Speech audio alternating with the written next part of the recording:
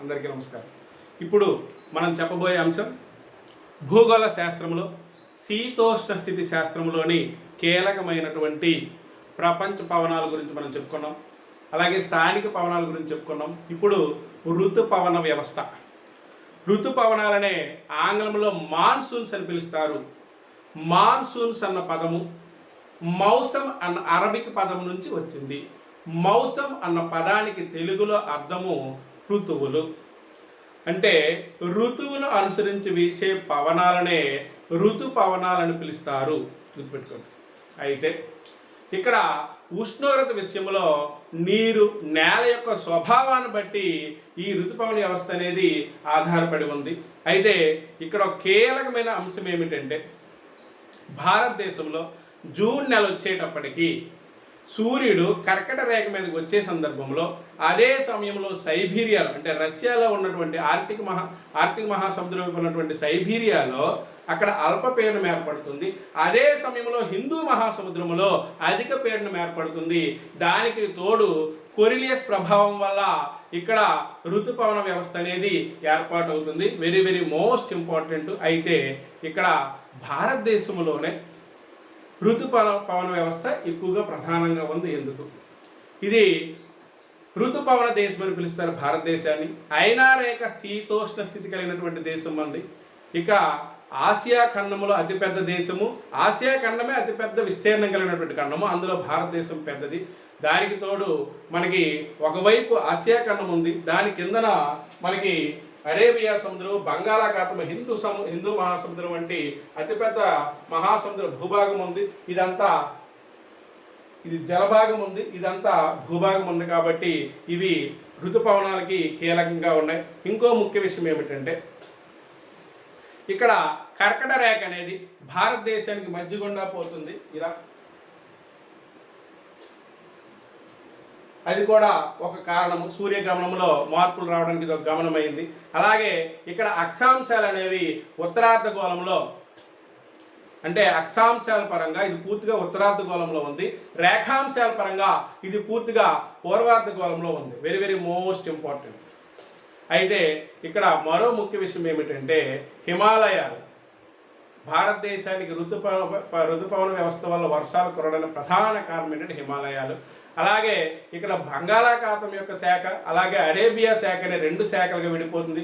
అలాగే 3 సముద్రాలు కలిసి ఉన్నటువంటి అవకాశం భారతదేశానికి ఉంది. ఒకవైపు బంగాళాఖాతము, ఒకవైపు అరేబియా సముద్రము, ఒకవైపు హిందూ మహాసముద్రం. అంటే 3 సముద్రాల కలయిక కలిగి ఉండడం కూడా ఈ ఋతుపవన వ్యవస్థకి కీలకంగా ఉంది. అయితే ఋతుపవనాలు అనేవి సాధారణంగా మనకి కాలాలు 4. 1 వేసవి కాలము, 2 వర్షాకాలము, 3 శీతాకాలము. వర్షాకాలాన్నే మళ్ళీ 2 భాగాలు విభజిస్తాము. 1 నైరుతి ఋతుపవన కాలము, 3 రెండోది ఈశాన్య ఋతుపవన కాలం. నైరుతి ఋతుపవన కాలం అంటే జూన్ నుంచి సెప్టెంబర్ వరకు. అలాగే ఈశాన్య ఋతుపవన కాలం అంటే ఏమిటి? ఇది అక్టోబర్ నుంచి డిసెంబర్ వరకు. ఇప్పుడు మనం నైరుతి ఋతుపవనాల గురించి చెప్పుకుంటాం. నైరుతి ఋతుపవనాలు అనేవి మనకి కర్కట రేఖ మీద సూర్యుడు వచ్చినప్పుడు అదే సమయంలో సైబీరియాలో అల్పపీడనం ఏర్పడుతుంది. అదే సమయంలో హిందూ మహాసముద్రంలో అధిక పీడనం ఏర్పడుతుంది. ఇక్కడ గుర్తుపెట్టుకోండి. దీనికి కొరిలియస్ ఎఫెక్ట్ తోడవడం వల్ల అదే సమయంలో వ్యాపార పవనాలు అనేవి నైరుతి వైపు మారి నైరుతి నుంచి ఇలా భారత భూభాగానికి చుట్టూనుండి మిగతా దేశాలకి ఇలా ఈ ఋతుపవనాలు వెళ్తాయి. నైరుతి నుంచి ఈశాన్యం వైపు. గుర్తుపెట్టుకోండి. మరి ఇలా వెళ్ళే సందర్భంలో ఒక శాఖ అరేబియా శాఖ, ఒక శాఖ బంగాళాఖాతం శాఖ, 2 శాఖలుగా విభజన జరిగి ఈ ఋతుపవనాలు అనేవి భారత భూభాగం నుంచి వెళ్తాయి. అయితే ఇదే సమయంలో వీటికి నీటి ఆవిరి ఎక్కువ. నైరుతి ఋతుపవనాలకి నీటి ఆవిరి ఎక్కువ అవడం వల్ల ఈ నైరుతి ఋతుపవనాల వల్ల మనకి భారతదేశానికి 60% వర్షం కురుస్తుంది. మరి మొట్టమొదటి నైరుతి ఋతుపవనాలు ఎక్కడ తాకుతాయంటే కేరళ రాష్ట్రం. గుర్తుపెట్టుకోండి. కేరళ ఇలా వెళ్ళేటప్పుడు ఫస్ట్ కేరళ తాగుతుంది.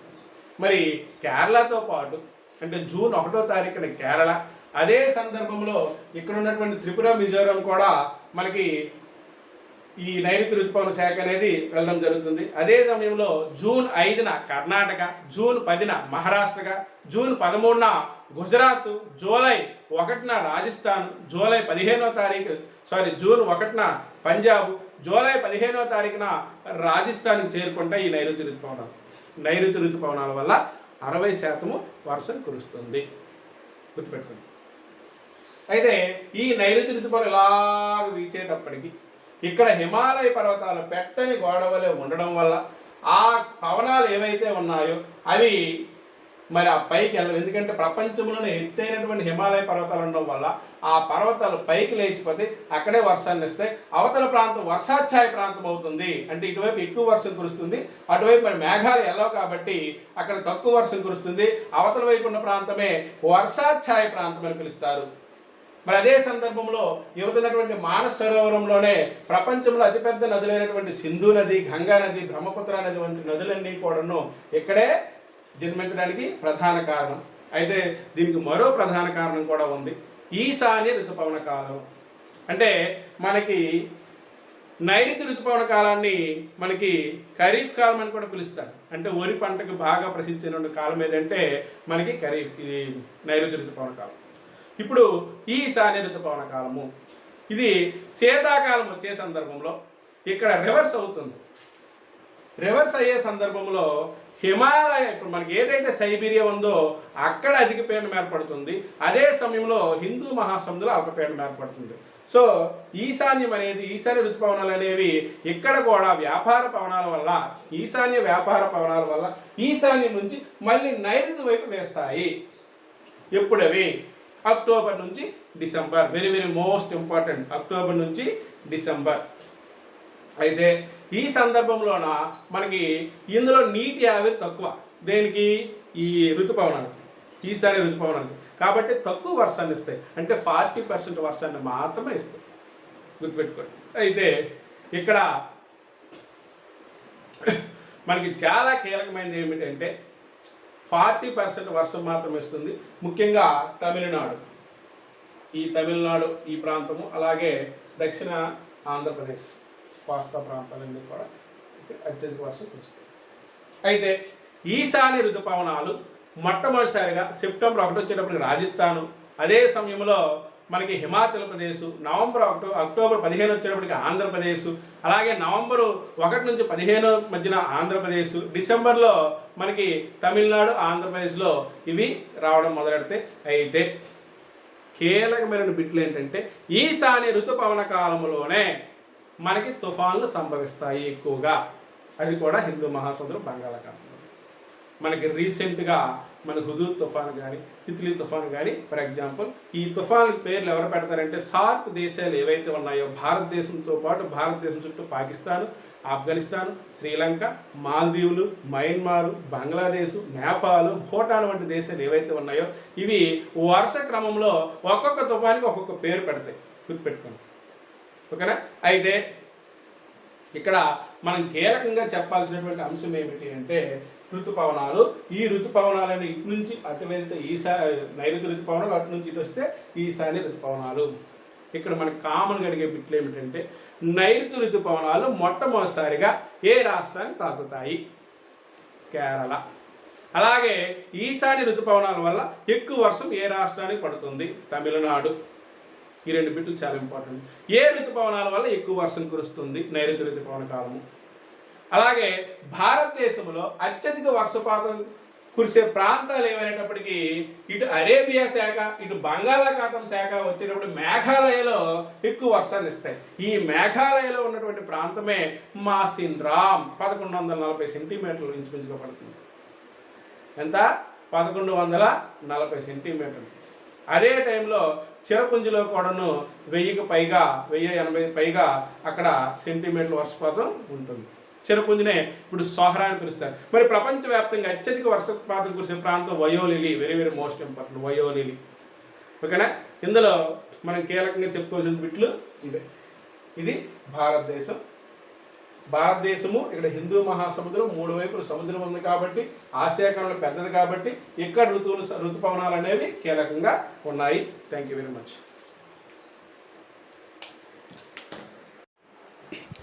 వాతావరణ ఆర్ద్రత.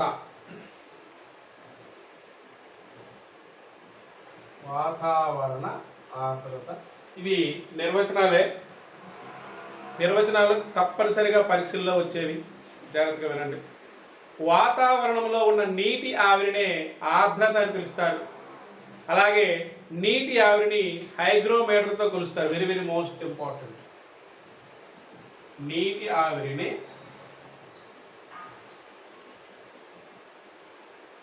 హైగ్రోమీటర్తో కొలుస్తారు. Very very most important.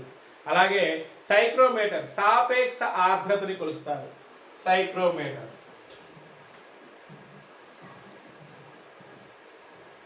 సాపేక్ష ఆర్ద్రతని కొలుస్తారు. ఈ రెండు కీలకమైనటువంటి బిట్లు. అయితే ఇక్కడ ఒక్క నిర్వచనం ఒకసారి మాట్లాడుకున్నట్టయితే మనకి నీరు ఆవిరి కావడానికి అవసరమయ్యే అదనంగా ఎంత ఉష్ణోగ్రత ఉంటుందో ఆ ఉష్ణోగ్రతనే గుప్తోష్ణము అని పిలుస్తారు. గుప్తోష్ణము. గుప్తోష్ణం అంటే ఏమిటి? గుప్తోష్ణము నీరు ఆవిరి కావడానికి అవసరమయ్యే ఉష్ణోగ్రత, ఎంత ఉష్ణోగ్రత అవసరం అవుతుందో దాన్నే గుప్తోష్ణమని పిలుస్తారు. ఇది చాలా కీలకమైనటువంటి గుర్తు. అయితే నీరు ఆవిరిగా మారడాన్ని ఏమంటారు? బాష్పీభవనము. బాష్పీభవనం అంటే ఏమిటి? నీరు ఆవిరిగా మారడాన్నే బాష్పీభవనం అని పిలుస్తారు. ద్రవము నీరుగాను ద్రవము రూపంలో ఉన్నటువంటి నీరు ఏదైతే ఉందో అది ఘన రూపంలో మారినట్టయితే దాన్ని ఘనీభవనం అని పిలుస్తారు. ఘనీభవనము. అన్ని నిర్వచనాలేనండి. నిర్వచనాలు అన్నీ కూడా చాలా ఇంపార్టెంట్, కన్ఫ్యూజ్ అవ్వద్దు దయచేసి. నీరు ఆవిరిగా మారితే అది బాష్పీభవనము. ద్రవ రూపంలో ఉన్న నీరు ఘనీభవించినట్టయితే అది ఘనీభవనము. అలాగే ద్రవీభవనం అంటే ఏమిటి? ద్రవీభవనము అంటే ఏమిటి? ఈ ద్రవీభవనం అంటే ఘన పదార్థాల నుంచి వాయు పదార్థాల నుంచి ద్రవ స్థితిలోనికి నీరు రావడాన్నే ద్రవీభవనం అని పిలుస్తారు. అంటే ఘన పదార్థాల నుండి అలాగే ద్రవ పదార్థాల నుంచి వాయు పదార్థాల నుంచి ద్రవ స్థితిలోకి రావడాన్నే ద్రవీభవనం అని పిలుస్తారు. అలాగే ఉత్పతనము. ఉత్పతనం అంటే ఏమిటి? ఘన పదార్థములోని నీరు ద్రవ పదార్థంగా మారకుండా నేరుగా వాయు రూపంలో మారినట్టయితే దాన్ని ఉత్పతనం అని పిలుస్తారు. ఉత్పతనము. అయితే ఈ వాతావరణం ఆర్ద్రతలో రకాలు. ఒకటి నిరపేక్ష ఆర్ద్రత. నిరపేక్ష ఆర్ద్రత. నిరపేక్ష ఆర్ద్రత అంటే ఏమిటి? Absolute humidity. ఒక ఉష్ణోగ్రత వద్ద వాతావరణంలో ఉన్నటువంటి ఆర్ద్రత ఏదైతే ఉందో దాన్ని నిరపేక్ష ఆర్ద్రత అని పిలుస్తారు. గుర్తుపెట్టుకోండి. అలాగే విశిష్ట ఆర్ద్రత. రెండోది విశిష్ట ఆర్ద్రత. విశిష్ట ఆర్ద్రత అంటే ఏమిటి? 1 kg గాలిలో ఉన్నటువంటి నీటి ఆవిరి. 1 kg గాలిలో ఉన్నటువంటి నీటి ఆవిరినే విశిష్ట ఆర్ద్రత అంటారు. గాలి బరువు నీటి ఆవిరి మూలంగా ఎక్కువగా ఉంటుంది. అధిక ఉష్ణోగ్రత గల భూమధ్య రేఖ వద్ద అధిక ఆర్ద్రత, అధిక వర్షపాతం ఉంటుంది. గుర్తుపెట్టుకోండి. అంటే ఆర్ద్రత పెరుగుతున్న కొలది, అంటే ఎత్తుకు పెరుగుతున్న కొలది ఆర్ద్రత కూడా తగ్గుతుంది. ఎత్తు ఆర్ద్రత విలోమానుపాతంలో ఉంటుంది. ఎత్తు పెరిగితే ఆర్ద్రత తగ్గుతుంది. దాన్నే విలోమానుపాతం అంటారు. విశిష్ట ఆర్ద్రతలోని సముద్రాలపై తక్కువ, భూభాగంపై ఎక్కువ ఉంటుంది. గుర్తుపెట్టుకోండి. విశిష్ట ఆర్ద్రత అనేది సముద్రాలపై తక్కువగాను, భూభాగంపై ఎక్కువగాను ఉంటుంది. అలాగే మూడవది సాపేక్ష ఆర్ద్రత. సాపేక్ష ఆర్ద్రత అంటే ఏమిటి? ఒకే ఉష్ణోగ్రత పీడనాల వద్ద వాతావరణంలో ఉన్న ఆర్ద్రత శాతానికి అదే ఉష్ణోగ్రత వద్ద వాతావరణం భరించగల గరిష్ట ఆర్ద్రత శాతానికి గల నిష్పత్తినే సాపేక్ష ఆర్ద్రత అని పిలుస్తారు. అలాగే నీటి బాష్పీభవనం యొక్క స్థానం ఎంత అంటే 100 డిగ్రీల సెంటీగ్రేడ్. అలాగే ఘన స్థితిలో ఉండే కార్బన్ డైఆక్సైడ్నే పొడి మంచు పిలుస్తారు, CO2. పొడి మంచు, పొడి మంచు. ఉష్ణోగ్రత ఆర్ద్రత కూడా విలోమానుపాతంలో ఉంటాయి. ఉష్ణోగ్రత పెరిగితే ఆర్ద్రత తగ్గుతుంది, వెరీ వెరీ మోస్ట్ ఇంపార్టెంట్. అలాగే సాపేక్ష ఆర్ద్రత అనేది ఉదయం పూట ఎక్కువ ఉంటుంది, భూమధ్య రేఖ వద్ద ఎక్కువ ఉంటుంది, మధ్యాహ్నం తక్కువ ఉంటుంది, ఎక్కడైతే అయినా రేఖ వద్ద తక్కువ ఉంటుంది, గుర్తుపెట్టుకోండి. అలాగే తుషార స్థానము, తుషార స్థానము. తుషార స్థానం అంటే ఏమిటి? ఉష్ణోగ్రత వద్ద వాతావరణం నీటి ఆవిరి ఎక్కడైతే సంతృప్తమవుతుందో ఆ ఉష్ణోగ్రతన ద్రవీభవనము భూ ఉపరితలంపై భాగంపై అధికంగా సంభవించడం వల్ల పొగమంచు, తుషారము, శ్వేత తుహినము ఏర్పడతాయి. ఇది కీలకమైనటువంటి నిర్వచనాలు. అలాగే తుషారం అంటే ఏమిటి? తుషారం అంటే ఏమిటి?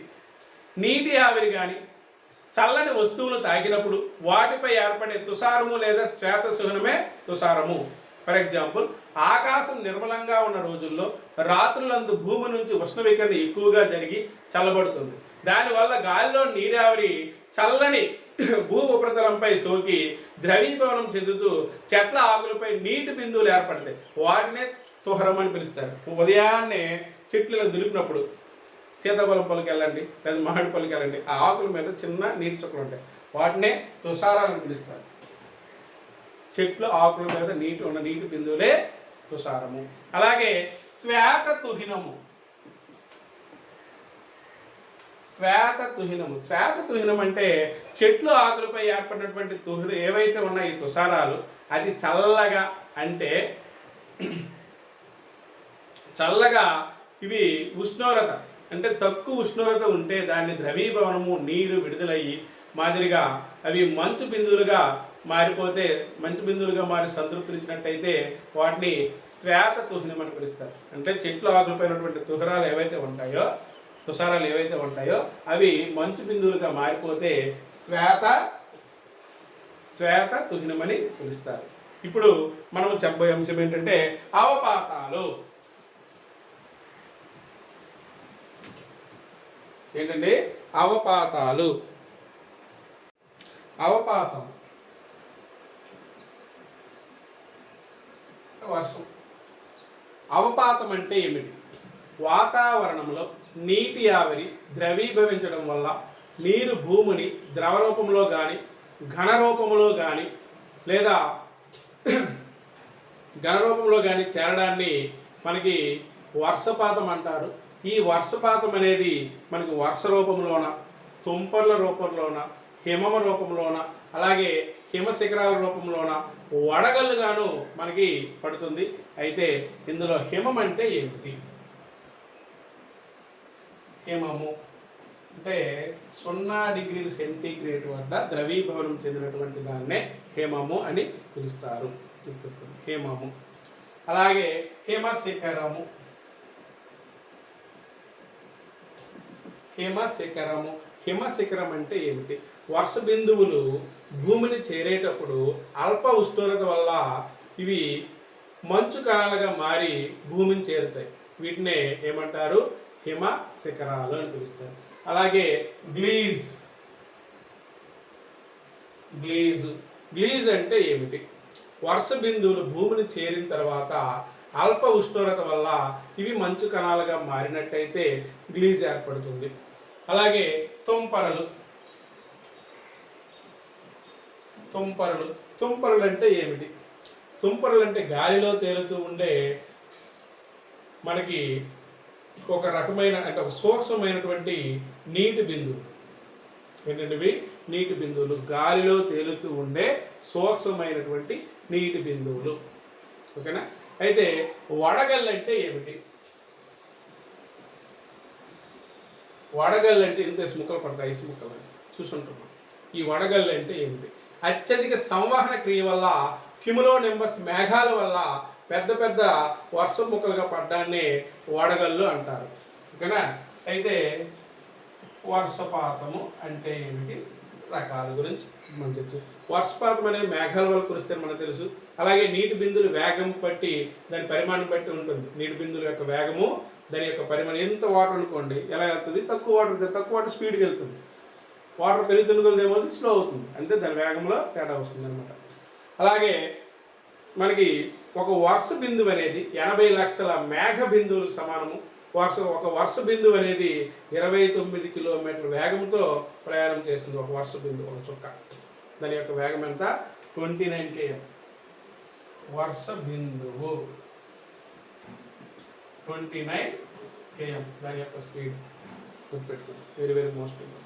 అయితే దీంట్లో రకాల్లో ఒకటి సంవహన వర్షపాతము. సంవహన వర్షపాతము ప్రతి కాంపిటేటివ్ ఎగ్జామ్లో జాగ్రఫీ నుంచి తప్పనిసరిగా వచ్చే బిట్లలో ఈ వర్షపాతానికి సంబంధించిన బిట్లు, ఈ రకాలకు సంబంధించిన బిట్లు కంపల్సరీ వస్తే జాగ్రత్తగా. సంవహన వర్షపాతం అంటే ఏమిటి? నీటి ఆవిరితో కూడినటువంటి గాలి పగలు అధిక ఉష్ణోగ్రత వల్ల వేడెక్కి పలచనై పైకి పోయి చల్లబడిపోతుంది. అది ద్రవీభవనం జరిగి మళ్ళీ ఉరుములు మెరుపులతో కూడినటువంటి వర్షాన్ని ఇస్తాయి. అది కూడా మధ్యాహ్న సమయంలో ఇస్తుంది. అది కూడా ఏంటంటే అదే సమయంలో క్యుములోనింబస్ మేఘాలు ఏవైతే ఉన్నాయో ఇవి వర్షాన్ని ఇచ్చిన తర్వాత వెంటనే ఆ మేఘాలన్నీ కూడాను నిర్మలాకారంగా చాలా ఆహ్లాదకరమైన వాతావరణం ఉంటుంది. ఇది భూమధ్య రేఖ ప్రాంతంలో పడే వర్షం ఉదాహరణ. మనకి ఇప్పుడు ఎలా అడుగుతారంటే భూమధ్య రేఖ ప్రాంతంలో ఎటువంటి వర్షం కురుస్తుంది? సంవహన వర్షపాతము. ఉరుములు మెడుకులతో కూడిన వర్షపాతం ఏది? సంవహన వర్షపాతం. మధ్యాహ్న సమయంలో ఏ వర్షం కురుస్తుంది ఎక్కువగా? సంవహన వర్షపాతం. చాలా చాలా ఇంపార్టెంట్. అలాగే నిర్వచనం కూడా, నీరు ఆవిరితో కూడిన గాలి పగల అధిక ఉష్ణోగ్రతలు వేడెక్కి పలచనై పైకి తేలిపోయి చల్లబడుతుంది. ద్రవీభవనం జరిగిన తర్వాత ఉరుములు మెరుపులతో కూడిన వర్షాన్ని ఇస్తుంది. అది నిర్వచనం కూడా ఇంపార్టెంట్. అటు నుంచి ఇటు నుంచి. అంటే భూమధ్య రేఖ వద్ద ఎటువంటి వర్షం కురుస్తుంది అంటే సంవహన వర్షపాతం. Very very most important. ఓకేనా?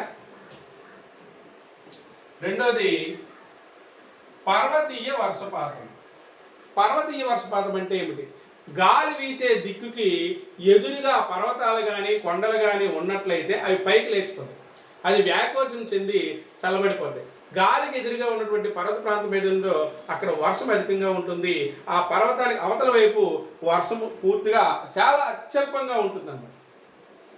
దాన్ని యువతలో ఎక్కువ వర్షం పడితే అవతల పూర్తి వర్షము ఉండదు. దాన్ని వర్షాఛాయ ప్రాంతం అంటారు. ఫర్ ఎగ్జాంపుల్ ఇది కొండ, ఇలాగా మేఘాలు వెళ్తూ వెళ్తూ అవి పైకి లేచిపోతాయి. మేఘాలు ఆ పర్వతాలు అడ్డు రావడం అంటే గాలి వీచే దిక్కుకు ఎదురుగా కొండలు కానీ, ఇది కొండ అనుకోండి, ఎదురుగా కానీ గాలి వీచే దిశ, పవనాలు వీచే దిశ, దానికి ఎదురుగా కొండ కానీ పర్వతంగా ఉంటే ఏమవుతాయి? ఆ మేఘాలు పైకి లేచిపోతాయి. ఆ పైకి లేవడంతో చల్లబడిపోయి అక్కడే వర్షాన్ని ఇస్తాయి. మరి ఆ కొండ అవతల భాగం ఏమవుతుంది? వర్షం ఏమి ఉండదు. ఉన్న చాలా తక్కువ వర్షం కురుస్తుంది. అంటే ఇటువైపు ఏమో వర్షం ఎక్కువగా కురుస్తుంది ఈ మేఘాల వల్ల, ఇటువైపు ఏమో లైట్గా కురుస్తుంది. అంటే ఈ కొండ యువతల ప్రాంతాన్ని, పర్వత అవతల ప్రాంతాన్ని వర్షాఛాయ ప్రాంతం అంటారు. Rain shadow region, rain shadow region అని పిలుస్తారు. చాలా చాలా ఇంపార్టెంట్ బిట్, చాలాసార్లు ఇచ్చిన బిట్. ఓకేనా? ఇవి పర్వతాల్లో వర్షము కురవడం అంటారు. ఇది రాకీ పర్వతాలు అనేవి ఉత్తర అమెరికాలో ఉన్నాయి. అలాగే ఆండీస్ పర్వతాలు దక్షిణ అమెరికాలో ఉన్నాయి. అలాగే మన భారతదేశంలో పశ్చిమ కనుమలు ఈ పర్వతీయ వర్షపాతానికి ఉదాహరణ. అంటే ఒకసారి చూడండి, మళ్ళీ ఒకసారి చెప్తాను. ఇది పర్వతము. ఈ మేఘాలు ఎలా వెళ్తున్నప్పుడు పర్వతం అడ్డు రావడానికి పైకి లేస్తాయి. పైకి లేచి చల్లబడి అక్కడే వర్షాన్ని ఇస్తాయి.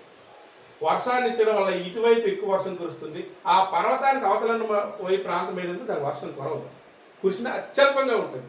దాన్నే వర్షాఛాయ ప్రాంతం అని పిలుస్తారు, వర్షం కురవని ప్రాంతాన్ని. ఓకేనా? ఇప్పుడు మూడవది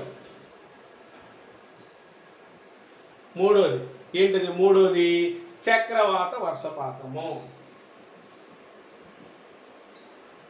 చక్రవాత వర్షపాతము వెరీ వెరీ మోస్ట్ ఇంపార్టెంట్. ఇది కూడా ఏదైనా ఒక ప్రాంతంలో అల్పపీడనం ఏర్పడినప్పుడు సమశీతోష్ణ మండలంలో, ఎక్కడండి? సమశీతోష్ణ మండలంలో శీతల వాయురాశులు అలాగే ఉష్ణ వాయురాశులు కలయిక వల్ల చక్రపాతాలు ఏర్పడతాయి. వీటినే వాతాగ్రాలని కూడా పిలుస్తారు. సమశీతోష్ణ మండలంలో అటుంచి శీతల వాయు ప్రవాహాలు ఇటు ఉష్ణ వాయు ప్రవాహాలు కలిసే చోటనే వాతాగ్రాలని పిలుస్తారు. Very very most important. అది కూడా ఎక్కడ, ఏ ప్రాంతంలో అయితే అల్పపీడన ప్రాంతం ఏర్పడుతుందో అక్కడే చక్రవాత వర్షపాతం అంటారు. ఆ సందర్భంలో శీతాకాలంలో ఎక్కువ వర్షం కురుస్తుంది, శీతాకాలంలో ఎక్కువ తుఫాన్లు వస్తాయి, మనకు తెలిసిన విషయం. ఓకేనా? అంటే ఈ వర్షపాతం అనేది చక్రవాత వర్షపాతం అని పిలుస్తారు. అయితే ప్రపంచవ్యాప్తంగా దీని యొక్క విస్తరణ ఏమిటి? ప్రపంచవ్యాప్తంగా దీని యొక్క విస్తరణ ఏంటి? ప్రపంచవ్యాప్తంగా సగటు వర్షం ఏంటంటే 975 మిల్లీమీటర్లు. 970 మిల్లీమీటర్లు. ఓకేనా? అలాగే ఇది సముద్రంలో ఎక్కువ వర్షం కురుస్తుందా, భూభాగంలో ఎక్కువ వర్షం కురుస్తుందా? సముద్రంలో ఎక్కువ కురుస్తుంది. అలాగే సముద్ర తీరంలో కురుస్తుంది. దేంతో పోలిస్తే ఖండాంతర్గతమైన భూమి కంటే సముద్రంలోన ఎక్కువ వర్షం కురుస్తుంది. అలాగే వేసవి కాలంలో అయితే సంవహన క్రియ వల్ల ఏర్పడుతుంది, శీతాకాలంలో అయితే తుఫాన్ల వల్ల వర్షం కురుస్తుంది. అయితే 0 డిగ్రీల నుంచి 10 అక్షాంశాల మధ్య అంటే భూమధ్య రేఖ ఇరువైపులా 0 నుంచి 10 ఎక్కడైతే ఉందో అక్కడ వర్షం ఎక్కువ, సుమారుగా 170 సెంటీమీటర్ నుంచి 200 సెంటీమీటర్ వర్షం కురుస్తుంది ఇక్కడ. అలాగే మధ్యాహ్న వేళలో, సాయంత్రం వేళలో ఎక్కువ వర్షం కురుస్తుంది. Very very most important. అలాగే ఖండాల తూర్పులా ఉన్నటువంటి భాగం ఏదైతే ఉందో అక్కడ వేసవి కాలంలో ఎక్కువ కురుస్తుంది. అదే సమయంలో మనకి భూమధ్య రేఖలోంచి ధ్రువాల వైపు పోయి కొద్ది మనకి భూమధ్య రేఖ వద్ద 150 సెంటీమీటర్లు అయితే ధ్రువాల వద్ద 20 సెంటీమీటర్ల కంటే వర్షం ఎక్కువ పడదు. అంటే భూమధ్య రేఖ వద్ద వర్షం ఎక్కువ కురుస్తుంది, ధ్రువాల వైపు పోయే కొద్ది వర్షం తగ్గుతుంది. అంటే ఇక్కడ ఎక్కువ భూమధ్య రేఖ వద్ద. ఇవి ధ్రువాల వైపు పోయే కొద్ది ఏమవుతుంది, వర్షము తక్కువ, ఇక్కడ ఎక్కువ. ఓకేనా? అలాగే 20-30 అక్షాంశాల మధ్య ఖండాలు పశ్చిమ భాగాల్లో ఎడారులు ఎక్కువ ఉన్నాయి కాబట్టి అక్కడ వర్షము 20 సెంటీమీటర్లు, గుర్తుపెట్టుకోండి. అలాగే 30 నుంచి 40 ఇక్కడ మధ్యధర శీతోస్థితి ఉంటుంది, ఇక్కడ వ్యాపార పవనాల వల్ల వర్షం కురుస్తుంది. అలాగే 40-60 అక్షాంశాల మధ్య పశ్చిమ పవనాల వల్ల వర్షం ఎక్కువ కురుస్తుంది. Very very most important. ఇవి వర్షపాతంలో రకాలు, దాని గురించి విస్తరణ కూడా చెప్పుకోండి. మనల్ని కీలకమైనది సంవాహన వర్షపాతం అంటే ఏమిటి, పర్వతీయ వర్షపాతం అంటే ఏమిటి, చక్రవాతాల గురించి ఏమిటి, ఈ 3 కీలకమైనటువంటి బిట్లు. ఇప్పుడు మనకి విక్షోభాల కోసం మాట్లాడదాం. వాతావరణ విక్షోభాలు. వాతావరణ విక్షోభాలు అంటే వాతావరణంలో సంభవించే అలజడులు, మేఘావరణం వల్ల, వికిరణం వల్ల వచ్చే మార్పులు సంభవిస్తాయి. ఇవి వాయుపీడనం దిశకు సంబంధించింది. ఇక్కడ చక్రవాతాలు లేదా ప్రతి చక్రవాతాలు అనేవి ఏర్పడతాయి. ఇవి అధిక పీడనం నుంచి అల్ప పీడనం వైపు ప్రయాణం చేస్తాయి, గుర్తుపెట్టుకోండి. ఓకేనా? అయితే ఇవి 2 రకాలు. ఒకటి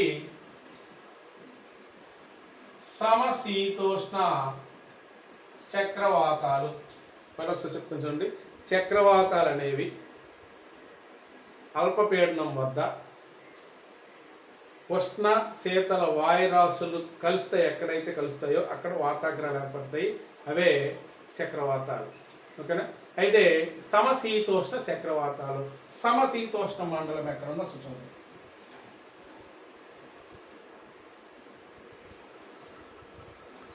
ఇది భూమధ్య రేఖ, ఇది కర్కట రేఖ, ఇది మకర రేఖ, ఇది ఆర్కిటిక్ వలయము, ఇది అంటార్కిటిక్ వలయము.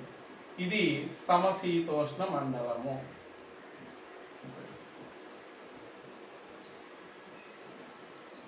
ఇది సమశీతోష్ణ మండలం అంటే కర్కట రేఖకి ఆర్కిటిక్ వలయానికి, మకర రేఖకి అంటార్కిటిక్ వలయానికి మధ్యలో ఉన్నదే సమశీతోష్ణ మండలం. అక్కడ ఏర్పడే చక్రవాతాలు. అల్పపీడన ప్రాంతం చుట్టూ ఉన్నటువంటి అధిక పీడన మేకలు ఏవైతే ఉంటాయో దాన్ని చక్రవాతాలు అంటారు. ఇవి సమభార రేఖల వల్ల వీటి యొక్క విస్తరణ తెలుస్తుంది. సమభార రేఖలు. ఓకేనా. అయితే ఈ చక్రవాతాలకి మరో పేర్లు ఉన్నాయి. వాయుగుండాలని, నిమ్న భారాలని, దీర్ఘకాలపు అలజడులని కూడా పిలుస్తారు. ఇవి ఎక్కువగా 35 నుంచి 65 అక్షాంశాల మధ్యన ఎక్కువ విస్తరించి ఉన్నాయి. అలాగే వీటి యొక్క ఆకారం ఏంటంటే ఏకకేంద్రీయ ఆకారము, వలయాకారము, అలాగే వి ఆకారంలో ఉంటాయి. కొన్ని సందర్భాల్లో దీర్ఘాకారంలో కూడా ఉంటాయి. వాటినే ఏమని పిలుస్తారంటే ట్రూప్స్.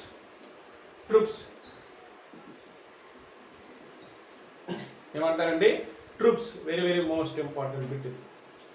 ఏంటిది? ట్రూప్స్. చక్రవాతాల కంటే ప్రతి చక్రవాతాలు ఆకారము 25% అధికంగా ఉంటుంది. అదొకటి గుర్తుపెట్టుకోండి. రెండోది అయినా రేఖ చక్రవాతాలు.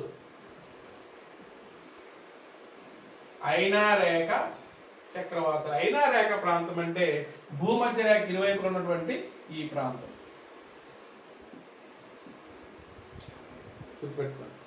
భూమధ్య రేఖ ఇరువైపులు ఉన్నటువంటి ప్రాంతం అంతా కూడా అయినా రేఖ ప్రాంతం. ఓకేనా. అయితే ఇక్కడ సంవహన క్రియ వల్ల ఏర్పడి భూభ్రమణం వల్ల ఇక్కడ సుడిగాలు అనేవి ఏర్పడతాయి. ఓకేనా. ఈ చక్రవాతాలు వచ్చేటప్పుడు ఇవి వృత్తాకారంగా ఉంటాయి, దీర్ఘవృత్తాకారంగా ఉంటాయి. ఇవి 150 నుంచి 900 కిలోమీటర్ వేగంతో కూడా ప్రయాణం చేస్తాయి. ఎక్కువగా సముద్రం మీదనే ఈ చక్రవాతాలు ఎక్కువగా సంభవిస్తాయి. గుర్తుపెట్టుకోండి. భూభాగం కంటే చాలా చాలా ఇంపార్టెంట్ ఉంటుంది. అయితే ఇక్కడ ఒక్కొక్క దేశంలో ఒక్కొక్క పేరుతో పిలవడం జరుగుతుంది. అది ఒకసారి మనం చూసినట్టయితే మనకి కీలకంగా జపాను, ఫిలిప్పీన్స్.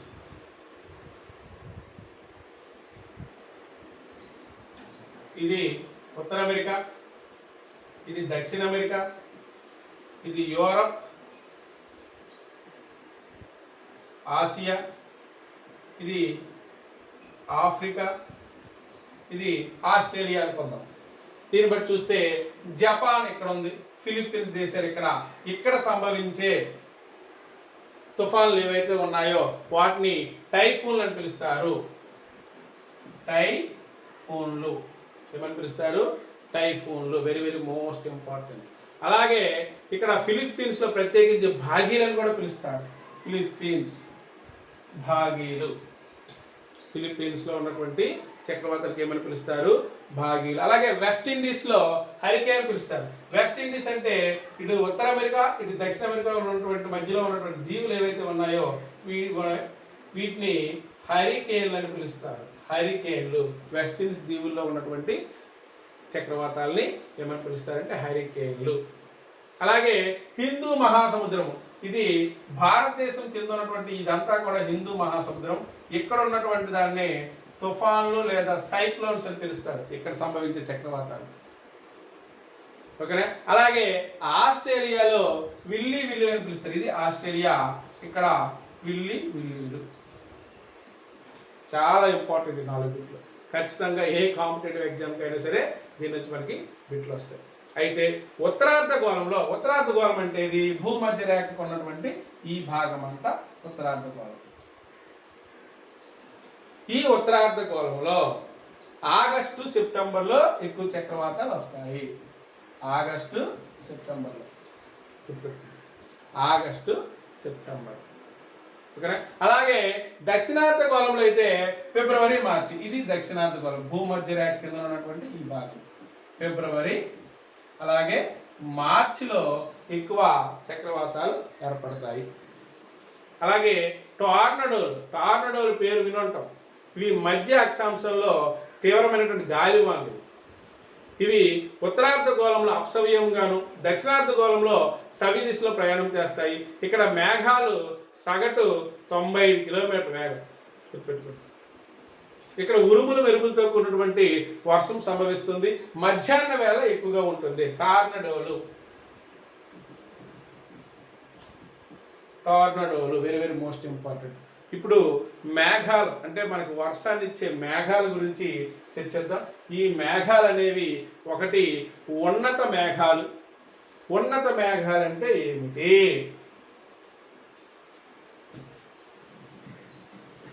ఉన్నత మేఘాలు మనకి ఖచ్చితంగా వచ్చే బిట్లండి ఇవన్నీ కూడాను. మనం మళ్ళీ ఒకసారి రివిజన్ చేసినట్టయితే ఇందులో మనకి చక్రవాతాలకు సంబంధించి జపాను లేదా ఫిలిప్పీన్స్లో ఉన్నటువంటి చక్రవాతాలను ఏమని పిలుస్తారు, ఆస్ట్రేలియాలో ఉన్నటువంటి చక్రవాతాలు ఏమని పిలుస్తారు, అలాగే హిందూ మహాసముద్రంలో ఏర్పడే చక్రవాతాలు ఏమని పిలుస్తారు, అలాగే వెస్టిండీస్ దీవుల్లో ఏర్పడే చక్రవాతాలు ఏమని పిలుస్తారు అనేది చాలా సార్లుగా ఈ ప్రశ్నలు అనేవి రావడం జరిగింది. అసలు వాతాగ్రం అంటే ఏమిటి? వాతాగ్రం అంటే శీతల ఉష్ణవాయు రాశుల యొక్క కలయిక ఏర్పడేవే వాతాగ్రాలు. గుర్తుపెట్టుకో, ఇవి కామన్గా వచ్చే బిట్లు. ఇప్పుడు మేఘాల కోసం ఒకసారి చర్చిద్దాం. మేఘాలు అనేవి మనకి 4 రకాలు. అవి ఏమిటంటే ఉన్నత మేఘాలు, మధ్యస్థ మేఘాలు, నిమ్న మేఘాలు, అలాగే ఊర్ధ్వ వ్యాప్తి గల మేఘాలు. ఇవి 4 రకాలు. ఒకటి ఉన్నత మేఘాలు. ఏంటంటే ఇవి ఉన్నత మేఘాలు. ఈ ఉన్నత మేఘాలను తిరిగి 3 రకాలుగా విభజించడం జరిగింది. ఒకటి సిర్రస్, రెండోది సిర్రోస్ట్రాటస్,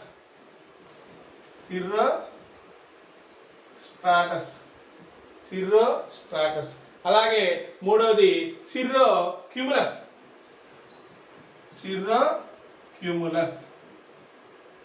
సిర్రస్ అంటే ఏమిటి? సిర్రస్ అంటే మనకి మంచు స్ఫటికాలు కలిగిన తెల్లగా ఏకలుగా అలాగే నార ఆకారంలో ఉన్నటువంటి దాన్నే సిర్రస్ అని పిలుస్తారు. ఏంటది? సిర్రస్. ఇవి ఎలా కనిపిస్తాయండి? కామన్గా మంచు స్ఫటికాలు గాను తెల్లగాను అలాగే ఏకల మాదిరిగా నార మాదిరిగా కనిపిస్తాయి. అలాగే సిర్రోస్ట్రాటస్ అంటే ఇది. సిర్రోస్ట్రాటస్ అంటే ఏమిటి? పల్చటి పొరలుగా ఉంటుంది. దీని గుండా మనకి సూర్యుడు, చంద్రుడు అలాగే నక్షత్రాలు కనిపిస్తాయి. సూర్యుడు, చంద్రుడి చుట్టూ ఉన్నటువంటి పరివేశం ఏదైతే ఉంటుందో ఆ పరివేశం గుండా మంచు స్ఫటికాల వల్ల కాంతి మనకి వక్రీభవనం చెదల వల్ల మెరుస్తూ ఉంటాయి. ఆ మెరుపు అనేది తుఫాన్ ఆగమనాన్ని తెలియజేస్తాయి. తుఫానుల రాకను సూచించే మేఘాలు ఏవి అంటే సిర్రోస్ట్రాటస్. ఓకేనా? అలాగే సిర్రోక్యుములస్ మూడవది. సిర్రోక్యుములస్. ఈ సిర్రోక్యుములస్ అంటే ఏమిటి? సిర్రోక్యుములస్ అంటే చిన్న చిన్న గోలికలు గాను బారులు గాను అలాగే సమూహాలుగా కనిపించేవే సిర్రోక్యుములస్. ఇక రెండోది మధ్యస్థ మేఘాలు. ఏంటవి? మధ్యస్థ మేఘాలు. మధ్యస్థ మేఘాలు అయితే ఉన్నత మేఘాలు అనేవి ఎన్ని కిలోమీటర్ల వరకు ఉంటాయంటే 6000 మీటర్లు అంటే 6 కిలోమీటర్ల ఎత్తు వరకు వ్యాపించి ఉంటాయి. అంటే మనకున్నటువంటి మేఘాల్లో ఎత్తైన మేఘాలు ఏవంటే సిర్రస్. గుర్తుపెట్టుకోండి. మొత్తము మేఘాల యొక్క పొడవు ఎంతంటే 6000 మీటర్లు లేదా 6 కిలోమీటర్లు. మరి రెండోది అయినటువంటి ఈ మధ్యస్థ మేఘాలు ఏవైతే ఉన్నాయో దీని యొక్క ఎత్తు ఎంత? 1950 మీటర్ల నుండి 6000 మీటర్ల వరకు. దీని యొక్క ఎత్తు గుర్తుపెట్టుకోండి, 6000 మీటర్ల వరకు. అయితే ఇక్కడ దీనిలో కూడాను మనకి 3 రకాలైన ఉంటాయి. ఒకటి ఆల్ట్రోక్యుములస్,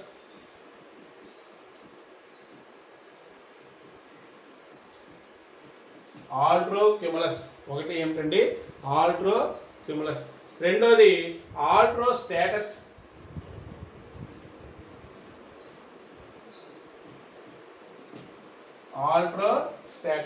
ఏంటది? Altostratus. Very very most important. అలాగే మూడోది నిమ్న క్యుములస్. ఏంటది? నిమ్న క్యుములస్. రెండు సారీ. ఒకటి ఆల్ట్రోక్యుములస్, రెండోది ఆల్ట్రోస్టాటస్. రెండు. అయితే ఆల్ట్రోక్యుములస్ అంటే ఏమిటి? ఆల్ట్రోక్యుములస్ అంటే పొరలుగా గోళాకారంలో, ఇవి గోళాకారంలో రాసుల్లో ఉంటాయి అన్నమాట. ఇవన్నీ కూడా బారులుగా వరుసలుగా గ్రూపులుగా ఉంటాయి. అలాగే ఆల్ట్రోస్టాటస్ అనేవి నార తెరల్లాగా కనిపిస్తాయి. నార తెరల్లాగా నీలం రంగులో కనిపిస్తాయి. ఇవి మసగ్గా ఉంటాయి. ఎందుకంటే ఇక్కడ పరివేశం వల్ల ఇక్కడ సూర్యకాంతి అనేది ప్రసరించదు. కాబట్టి ఇది మసగ్గా ఉండేవి అంటే ఆల్ట్రోస్టాటస్. మసక.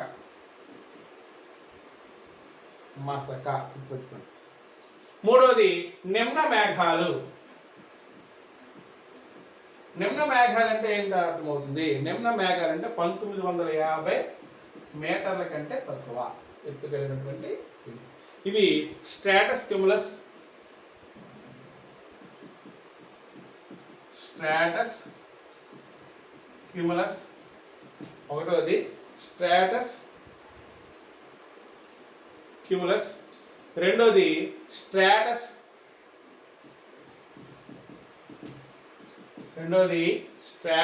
మూడోది నింబో స్ట్రాటస్. సో నిమ్న మేఘాలు ఎన్ని అంటే ఇది 1950 మీటర్ల కంటే ఎత్తు తక్కువ ఉన్నవి. ఒకటి స్ట్రాటస్ క్యూములస్, రెండోది స్ట్రాటస్, మూడోది నింబో స్ట్రాటస్. ఇక్కడ మూడింటి గురించి మళ్ళీ ఒకసారి వివరించి చెప్పుకున్నట్లయితే స్ట్రాటో క్యూములస్ ఇది ఎత్తు తక్కువ ఎత్తు కలిగి, అలాగే మనకి ఇవి గ్రూపులుగాను వరుసలుగాను కనిపిస్తాయి అన్నమాట. తక్కువ ఎత్తు కలిగి మనకి వెరీ వెరీ మోస్ట్ ఇంపార్టెంట్. తర్వాత స్ట్రాటస్ అనేవి ఇవి పొరలుగా ఉంటాయి. ఏముంటాయండి? పొరలుగా ఉంటాయి. అలాగే నింబో స్ట్రాటస్ అనేవి దట్టంగా ఏర్పడినటువంటివి. అలాగే వీటి యొక్క ఆకృతి భూమి వంటి ఎత్తు నిర్విరామంగా మారుతూనే ఉంటుంది అనమాట. ఇది నాలుగోది ఏమిటంటే ఊర్ధ్వముఖ మేఘాలు, ఊర్ధ్వ వ్యవస్థ గల మేఘాలు. ఇవి 480 నుంచి 6000 మీటర్ల వరకు మధ్యలో ఉంటాయి. ఇందులో ఒకటి cumulus very very most important. Cumulus అనేవి ఇవి కాలీఫ్లవర్ ఆకారంలోన గుమ్మటపు ఆకారంలో ఉంటాయి. ఈ బిట్టు చాలాసార్లు అడిగాడండి. గుమ్మటపు ఆకారంలో కనిపించే మేఘాలేవి లేదా కాలీఫ్లవర్ ఆకారంలో కనిపించే మేఘాలేవి అంటే క్యూములస్. అలాగే రెండోది ఏంటంటే క్యూములో నింబస్ మనకు వర్షాన్ని ఇచ్చేవి. అంటే దట్టంగా ఎత్తు వాతావరణం పర్వతాల వలె ఉరుములు మెరుపులతో కూడినటువంటి కుంభవృష్టితో కూడినటువంటి మనకి వర్షాన్ని ఇస్తాయి. ఉరుములు మెరుపులు అలాగే కుంభవృష్టి. ఈ బిట్లు చాలాసార్లు అడుగున్నాం మనకి. ఇందులో కామన్గా ఉన్నటువంటి బిట్లు ఏంటంటే మనకి అత్యంత ఎత్తులో ఉన్నటువంటి మేఘాలేవి cirrus very very most important. ఓకేనా? అలాగే మనకి తుఫాన్ ఆగమనాన్ని సూచించే మేఘాలేవి cirrostratus very very most important. అలాగే మరో కీలకమైన బిట్లు ఏమిటంటే మసకగా ఉన్నటువంటి మేఘాలు ఏవంటే ఆల్ట్రో స్ట్రాటస్. అలాగే మరో ఇంపార్టెంట్ బిట్ అంటే ఈ లాస్ట్ క్యూములస్ కాలీఫ్లవర్ ఆకారంలో ఉన్నవి గుమ్మట ఆకారంలో ఉన్నవి. క్యూములో నింబస్ ఉరుములు మెరుపులతో కూడినటువంటి కుంభవృష్టి కలిగినటువంటి మేఘాలు. అయితే ఇంతటితో శీతోష్ణ స్థితి శాస్త్రాన్ని పూర్తి చేసాం. మిత్రులారా, జాగ్రఫీ అనేది నాకు తెలిసి అన్ని కాంపిటేటివ్ ఎగ్జామ్స్లో అత్యంత కష్టమైనది, కీలకమైనది. కాకపోతే మనం ఎంత చదివినా సరే గుర్తుండకపోవచ్చు. కానీ మనము అసాధ్యం అనేది మూర్ఖుని నిఘంటువులో ఉంటుంది. కానీ కాంపిటేటివ్ ఎగ్జామ్స్ ప్రిపేర్ అయ్యే నిరుద్యోగులు మేధావులు ఎవరైతే ఉన్నారో వాళ్ళకు మాత్రం ఇది వర్తించదు. సో మనం ప్రతి క్వశ్చన్ని కూడా ఎంత పూర్తిగా ఇది కాంట్రవర్సీ కష్టమైనటువంటిది, బోధించడానికి అర్థం చేసుకోవడానికి కూడా చాలా ఇబ్బందికరమైనదే. అయితే మీరు చేయాల్సిందంతా కూడాను ఒకసారి చదివిన తర్వాత వెనకున్నటువంటి బిట్లు ఏవైతే ఉంటే ప్రాక్టీస్ చేయండి. మిత్రులారా, ప్రతి సబ్జెక్టు టీచింగ్ అయిన తర్వాత మీకు ప్రాక్టీస్ బిట్లు ఏ విధంగా వస్తాయనే దాని మీద చర్చించడం ఖచ్చితంగా చేస్తాను. ఇది ఓన్లీ ఫర్ ది యువర్. మీరు ఎట్టి పరిస్థితుల్లో మీరు ప్రభుత్వ ఉద్యోగులుగా మారడానికి నా వంతు సహాయ సహకారాలు ఇక్కడ నుంచి అందిస్తూనే ఉంటాను. అయితే మీరు ఫస్ట్ చేయాల్సింది ఏంటంటే మీరు ఒక బుక్ను తీసుకోండి, చదవండి కంప్లీట్గా.